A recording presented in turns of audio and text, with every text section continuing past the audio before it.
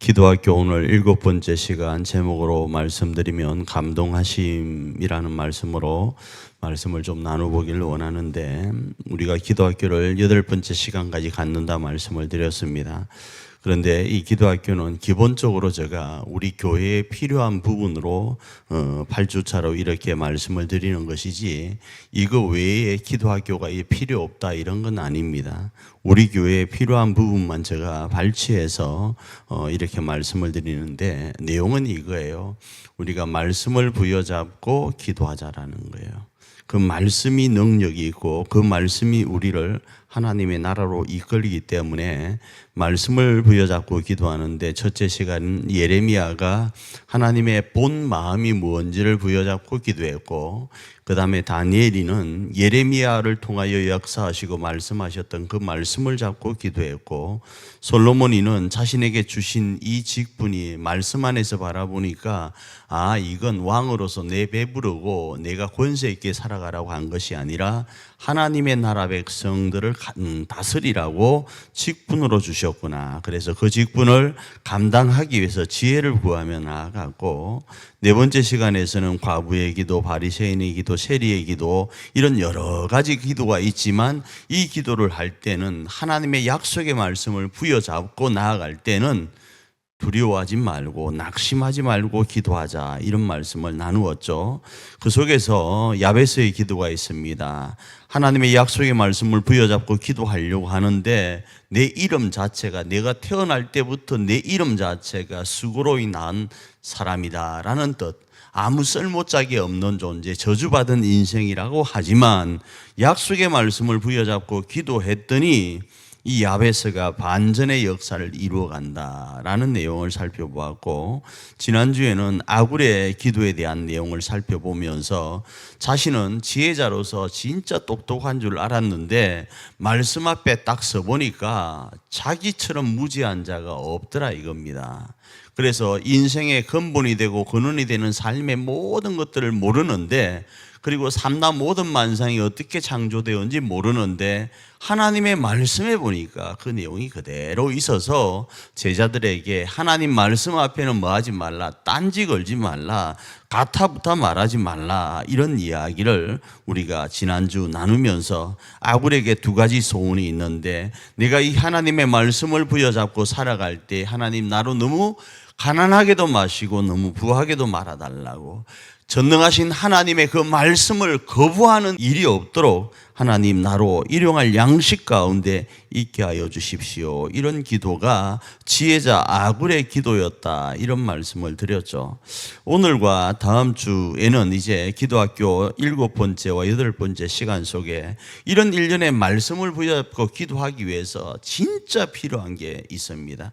그 필요한 게 뭔지를 살펴보려고 합니다. 그 중에 하나가 조금 전에 제가 말씀드렸죠. 오늘 본문의 말씀에서 기도에서 빠질 수 없는 것이 있는데, 그게 뭔가 하면 두 가지입니다. 하나는 말씀이에요.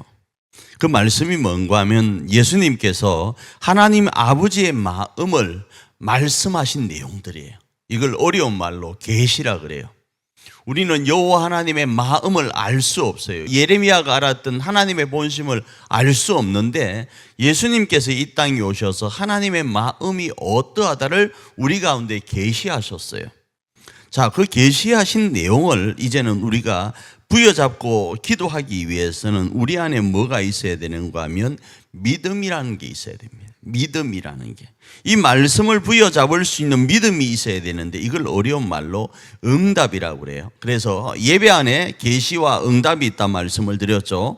예수님께서 성육신 하신 말씀에 대한 우리의 믿음요. 예수님이 이 땅에 왜 오셨죠? 여러분 보셨어요? 예수님이 오신지 못 보았잖아요. 그런데 우리는 그 예수님이 저 높은 하늘을 버리고 이 땅에 오셨다라는 그 성육신을 믿습니다. 다르게 표현하면 하나님이 우리를 향하여 사랑하신 그 사랑을 믿는 거예요. 이 믿음 없이는 하나님께로 나아갈 수가 없어요. 왜요? 그 하나님이 그렇게 우리 가운데 하셨는지 우리가 어떻게 아냐 이겁니다. 이건 믿음의 눈으로만 알 수 있다라는 거예요. 그래서 기도에서 빠질 수 없는 것은 하나님의 말씀이고 우리가 그 말씀을 믿는 믿음인 거예요. 자, 그런데 이렇게 하나님께서 기도하라고 하신 이유가 요한복음에 등장을 하는데 그 이유는 이거예요. 하나님의 말씀을 허락하셨던 그 예수님이 하나님 나라는 이러하고 하나님의 마음은 이러하고 너희들이 이 땅에서 어떻게 살아야 된다 말씀하시던 그 예수님이 갑자기요 벼랑간에 승천하신다라는 거예요.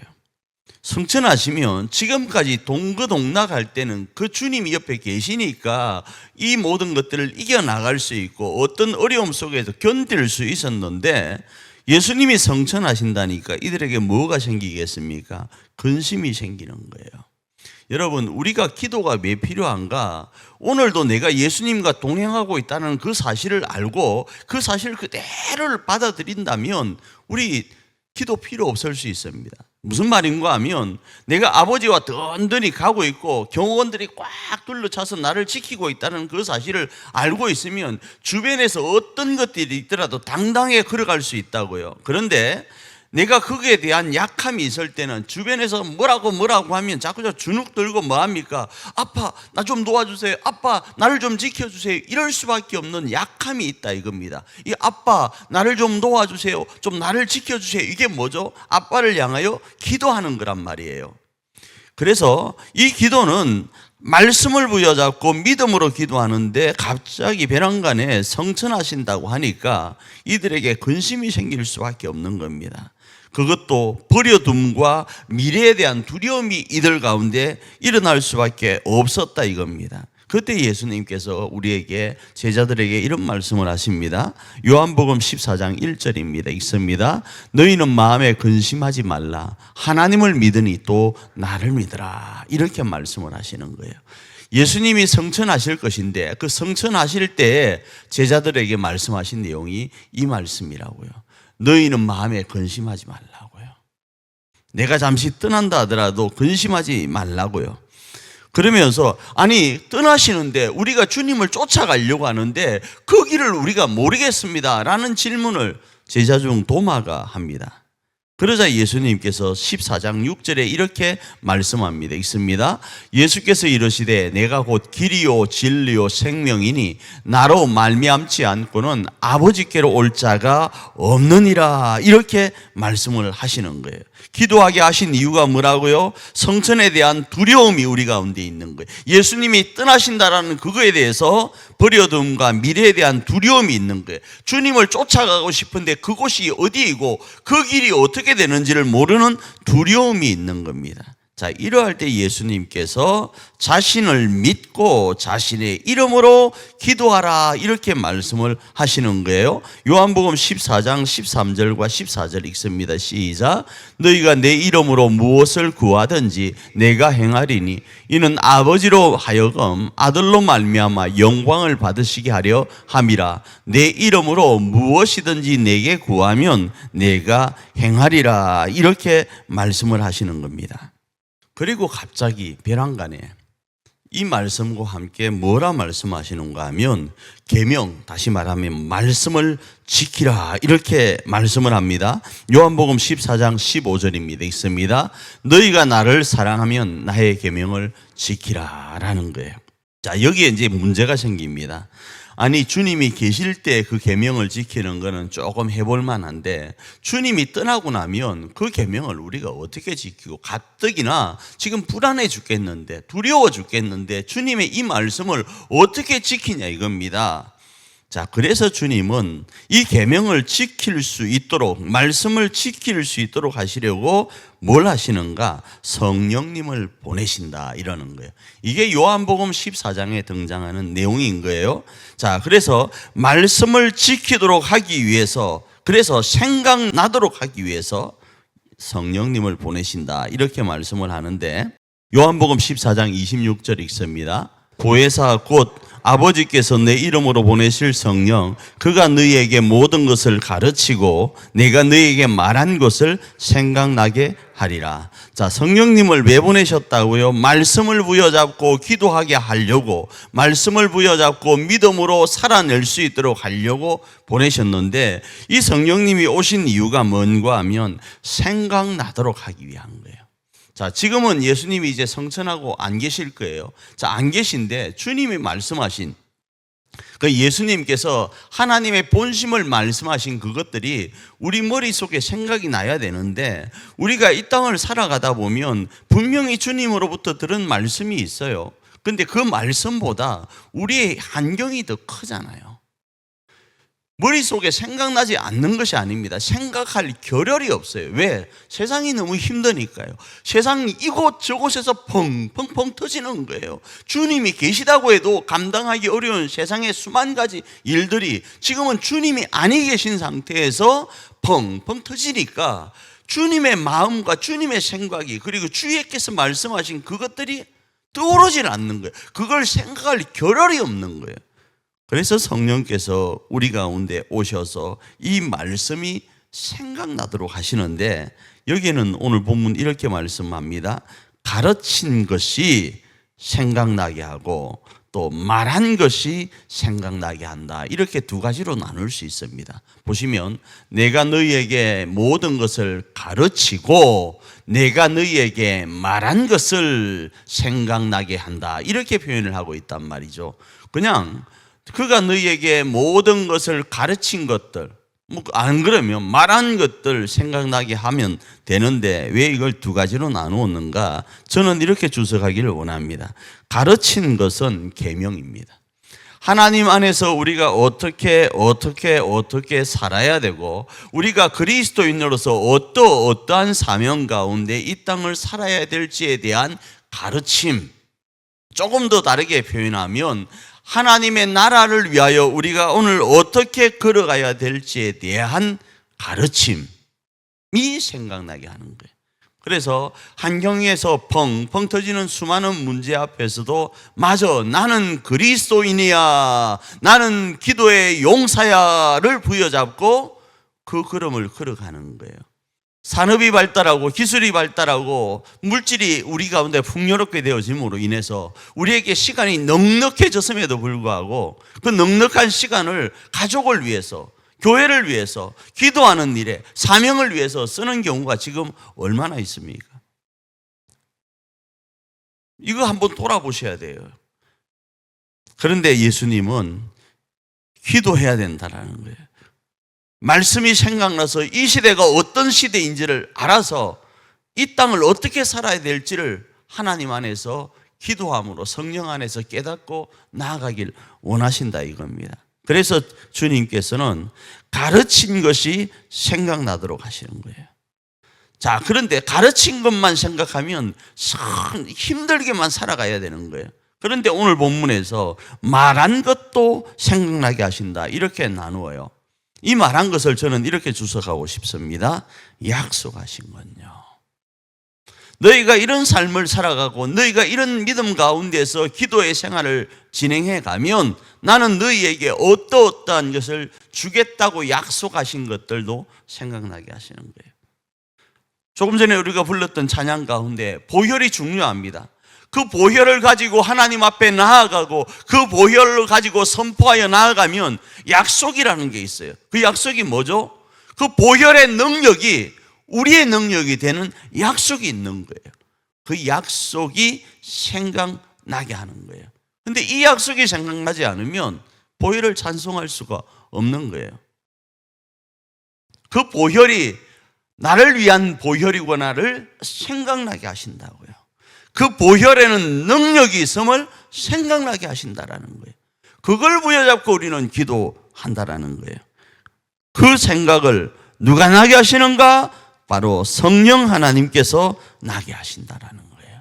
그래서 성령 하나님을 예수님은 우리 가운데 누구의 이름으로 보내시는가? 아버지께서 예수님의 이름으로 보내셨다. 이렇게 이야기를 하는 거예요.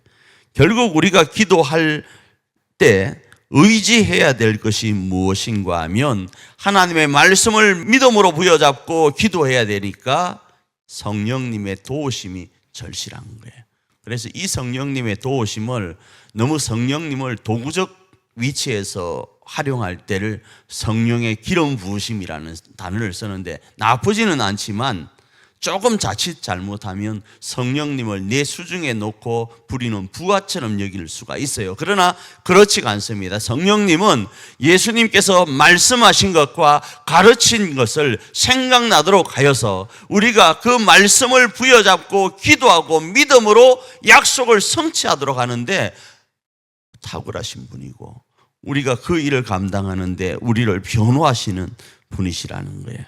그래서 우리는 기도할 때 이 성령님을 부여잡고 기도해야 됩니다. 그래야 하면 요한복음 14장 27절에 이렇게 말씀합니다. 있습니다. 평안을 너희에게 비추노니 곧 나의 평안을 너희에게 주노라. 내가 너희에게 주는 것은 세상이 주는 것과 같지 아니하니라. 너희는 마음에 근심하지도 말고 두려워하지도 말라. 자, 이 말씀의 출발이 어디로부터 시작되었죠? 요한복음 14장 1절에 너희는 마음에 근심하지 말고 하나님을 믿으니 또 나를 믿으라라는 이 말씀으로부터 출발되었다고요. 그리고 27절에 평안을 너희에게 끼치노니 곧 나의 평안을 너희에게 준다라는 거예요. 왜요? 어떻게 해요? 너희가 이 세상 가운데 두려워하고 있을 때 성령님께서 내가 너희에게 가르친 것, 내가 너희에게 말한 것이 생각나므로 그 가르친 것과 말한 것을 부여잡고 살아가니까, 기도하며 나아가니까 그 하나님의 약속이 내 안에 인쳐져서 평안할 수 있다라는 거예요. 그 평안을 내가 너희에게 주니까 이 말씀을 가슴에 새기고 성령의 감화감동하심 속에서 생각나게 하시는 것을 부여잡고 근심도 말고 두려워하지 말고 약속을 부여잡고 기도하라라는 거예요. 자, 이것이 믿음이라는 거예요. 그런데 그렇지 못하고 육신의 생각 따라서 근심과 걱정하면 육신의 생각은 우리를 사망 가운데로 이끌 거라는 겁니다. 로마서 8장 6절 말씀 읽습니다. 육신의 생각은 사망이요 영의 생각은 생명과 평안이니라. 그렇습니다. 오늘 이 한밤 우리가 기도할 것은 무엇인가 하면 영의 생각인 거예요. 주님이 성령님을 통해서 우리에게 말씀하시는 그 말씀을 부여잡고 평안을 선언하며 가는 겁니다. 생명을 선언하며 가는 겁니다. 하나님은 절대로 우리에게 사망을 주려고 오신 것이 아니라 하나님은 절대로 우리로 이 땅 가운데 너 혼자 생고생하라고 내버려 두려고 오신 것이 아니라 우리로 약속의 말씀을 부여잡고 기도하면 된다를 말씀하시려고 이 땅에 오시고, 그것을 계속 우리가 까먹고 나아가니까, 세상 삶이 분주하다고 까먹고 나아가니까 보혜사 성령님까지 보내셔서 생각나게 하신다라는 겁니다. 그러니 우리가 영의 생각을 통하여 생명과 평안을 부여잡고 이 한밤도 우리 교회를 향하여, 우리 가정을 향하여, 우리 성도들과 교우들을 향하여 생명과 평안을 전하며 이 한밤 승리해가는 기도의 용사들이 되기를 축복합니다.